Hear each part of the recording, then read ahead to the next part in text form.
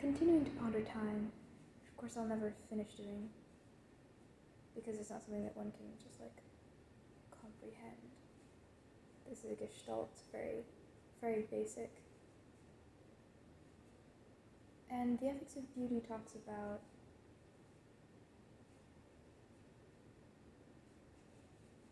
unknowing, like not knowing facts, but knowing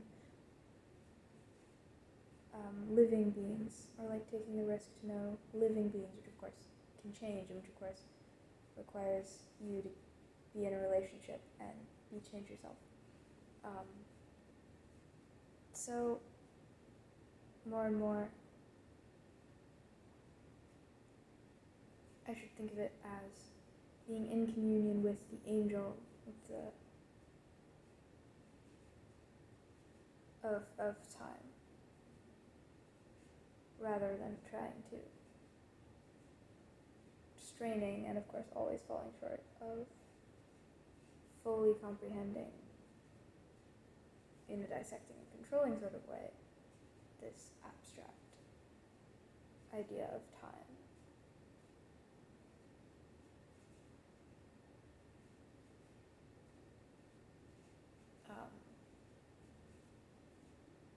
A lot right now I think of time in terms of Our Lady of Guadalupe, because of like winter roses, which to me represents like the things being held in waiting, and then sort of the surprise of when things emerge in time.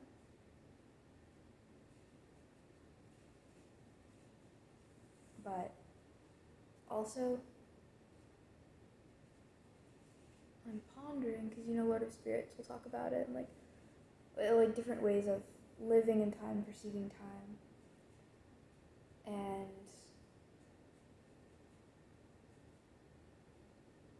if we think of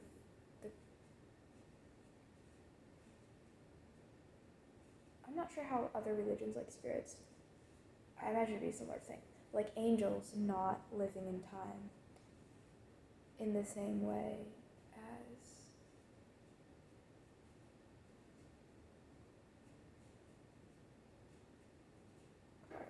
very distracted, just like rambling in this video. But angels not, living in time linearly the way we do. Well, okay, the way we ostensibly do. Honestly, I think if we really examine the way that our brains are working and consider thoughts as real and not just these sort of filmy things, we will see that we don't live linearly in time. Memory and hope are such integral parts and are always being pulled into in the present moment.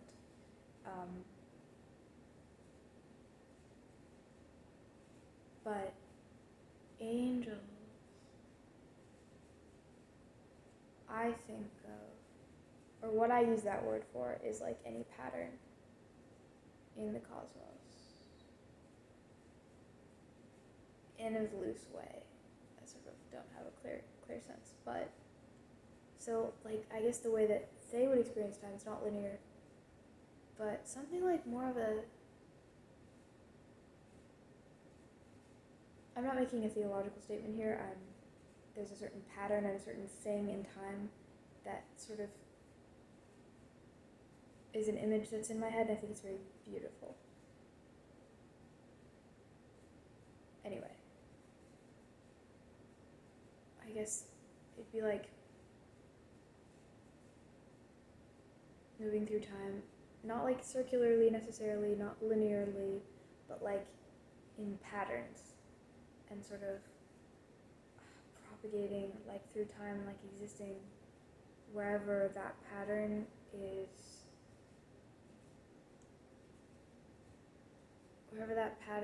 like is manifest,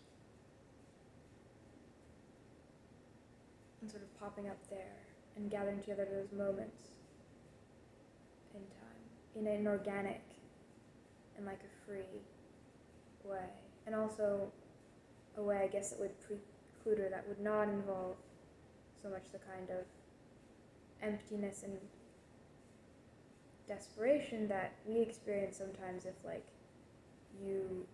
if we are wanting something that is far in the future, in the past, and like that space is in us for it, but we're not there. But I guess like an angel or like a being who is that pattern, potentially in time, would always be where. Well, I guess that's where your treasure is your heart also thing, I don't know. But would always be there where they are. Yeah, so I guess like say, and again, not making any theological, this is the way that I use the term angel, it's very loose. It's like a poetic term. But the angel of like tulips, I suppose, wherever there are tulips would sort of, and you could see if you saw like the entire field of space-time spread out, and then the places and times, space-times where there are tulips, like the angel would be there, and like that's its body.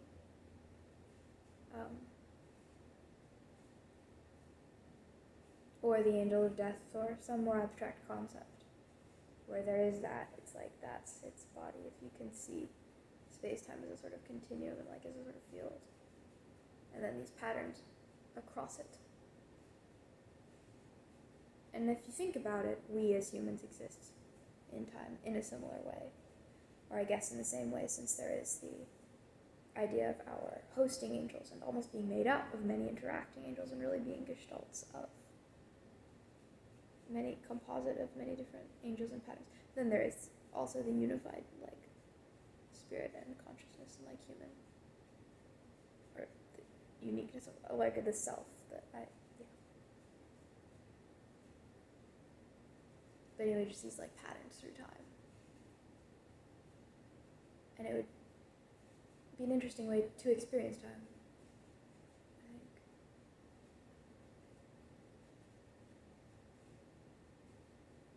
I wonder if I've made that clear.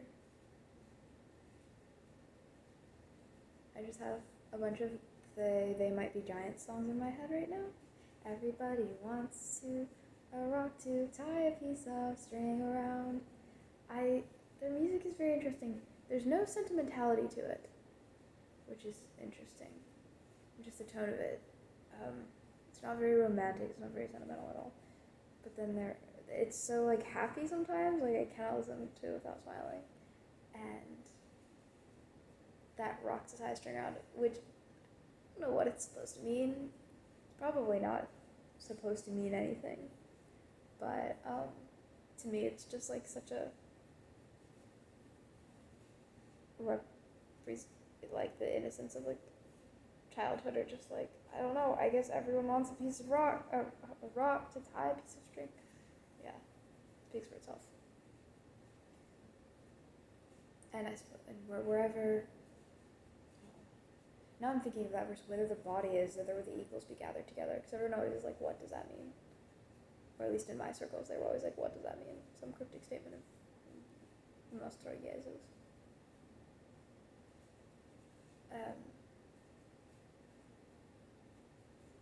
And then where your treasure is, there will your heart be. There was another thing that I was thinking of too. Oh yeah! Whether 2 or 3 are gathered together in my name, there am I in the midst of you. And I guess that's a similar, describing a pattern across space and time that is not linear, but neither is it just regularly cyclic, or like spiral, like I think of time in general, like as a spiral. But it's more of an organic sort of pattern. But as I was going to say, wherever is manifest. That song by They Might Be Giants, there is the angel of that song. Not just sitting around twiddling its thumbs in the sort of empty zones, but in a very direct way, being where it's, yeah.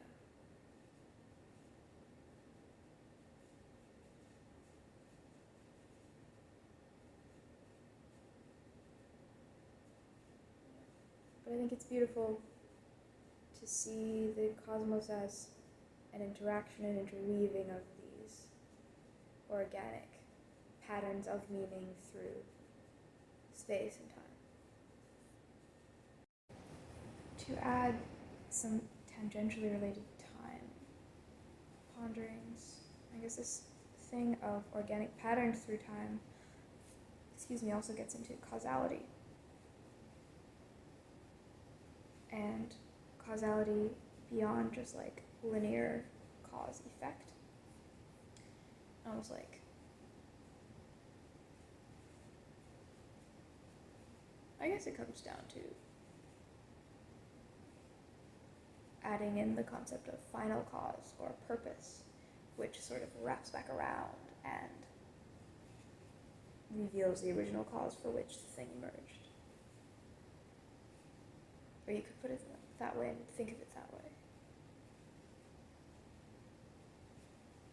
Or like,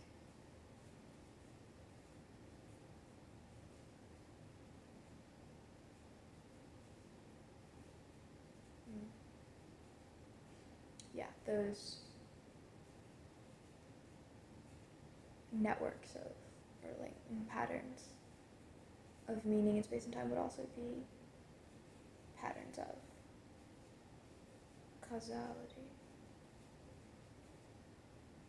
Why do these things emerge? Why do they emerge at that time and place?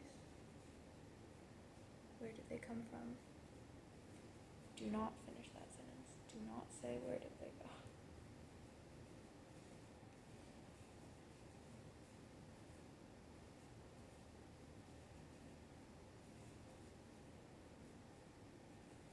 And then it gets into, on the human scale, it gets into like memory. Klexos, which is a Dictionary of Obscure Sorrows term for the art of remembering, which I just have used for the ways in which memory changes the past or gives the past new context and narrative and ties it together, which I consider a legitimate part of my function as a person. I do that to my past all the time. And then the like repentance or forgiveness as actually, and or forgiveness is actually changing the past action and turning it from a bad thing to further on after that process it has now become a good thing, so that like the initial cause of that thing and nature of that thing may have been like for bad, but then after the repentance / forgiveness the final cause would be seen to be good, therefore really changing the morality of the original action sort of retroactively, and really just tying all of this, the effect of thinking in these terms has been for me that time is not, that it's more open and more malleable as a whole, and all accessible and more unified and more of a living whole.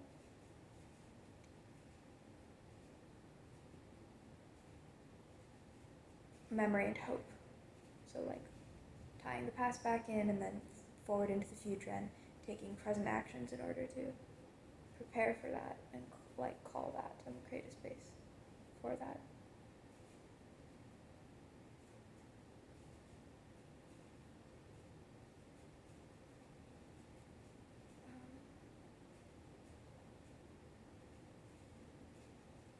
Gregory and Isakov songs, a lot of them, speaking of songs that are sentimental but also have lyrics that sometimes you don't know what they mean. Appropriate that I make music references in this because time and music is like such a good way to understand time.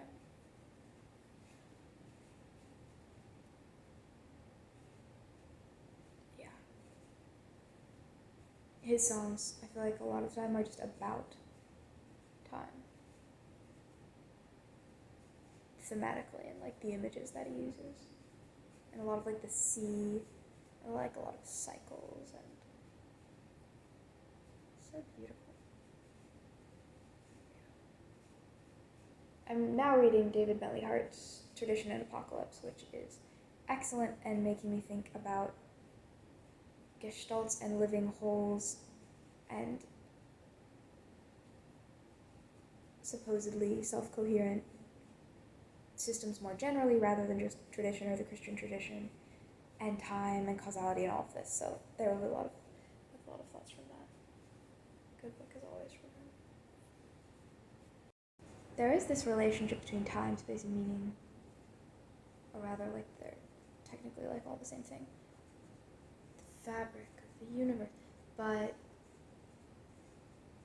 with technology, we can really cut up space and time a lot more. Right? I was just looking through editing some images of some birds that had been eating. I fed it by hand a little piece of croissant. It was scared at first, and then, like, took it really fast, and then went off, and it was such a pure moment. Oh. And, yeah, but I took some pictures of a different bird after that, and I was just, like, editing them, and then the bird moved really suddenly, sort of as I was taking the picture, but the camera had that couple of seconds to work with, and, like, it's just, like, a lot of playing with time and playing with space, and cutting out these images and putting them in different contexts. There's actually that documentary series that I never finished called Ways of Seeing, that's about, back from when this was rather a new thing, even the power of just, well, first of all, images in general, but that we're all used to, but, like, taking those images from their original context, say, an image in a cathedral, or in a museum somewhere, and then putting it in, like, a TV show next to other, which you can flip through the channels, or, like, putting it in an advertisement, or putting it in a book, and all these different contexts, and that image becomes taken out of its original context and, like, spiritualized, and it almost shows more of this it almost shows more of the, like, organic, nonlinear, meaningful connections between spaces and times, and instantiations of patterns. But at the same time, I guess if you don't have a strong connection with, like, meaning and with place and context, like, you can just lose yourself, right, in that, like, hurricane of decontextualized images and time played with and sped up and slowed down and twisted around in all these ways. So to get through that storm, you have to have, like, very strong